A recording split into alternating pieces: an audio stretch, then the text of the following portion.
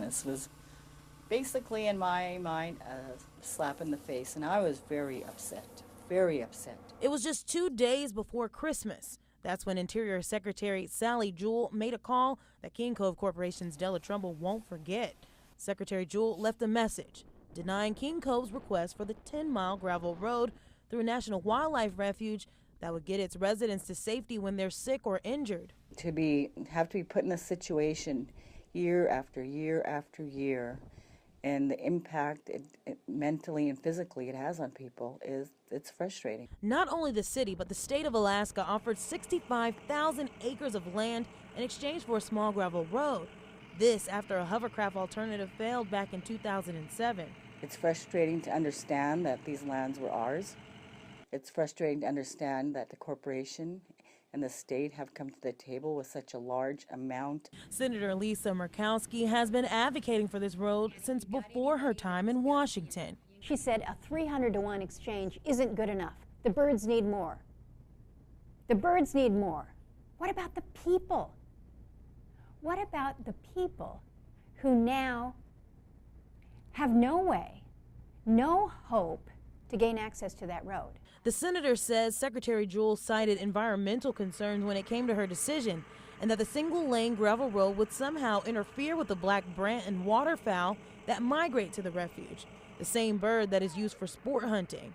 It's really hard for me to understand, or people from King Cove to understand, why they don't want us to have access when they allow so much for the sports community to be able to have an enjoyable hunt in Cold Bay when all we want is safe access. That's what we care about. The answer here is easy. It's a road. It's 10 miles.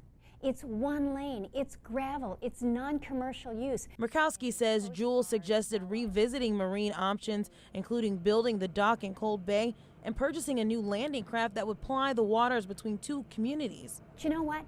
When you can't fly out because the weather's that bad, guess what's happening in the water? The weather's that bad on the water, too.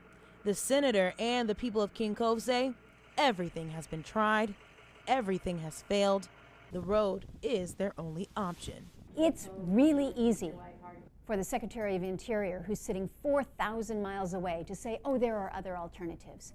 If there were other better alternatives, don't you think that the people of King Cove would have been working on them years ago?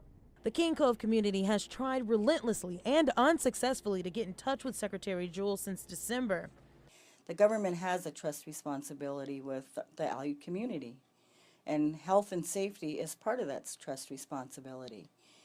And our message to Sally Jewell was, and this has been our message to Interior and the government, this issue will never go away. As for Senator Murkowski, she wants to know what Sally Jewell is going to do to help the community in the wake of denying their single-lane gravel road, and is now asking for the president to step in and take action.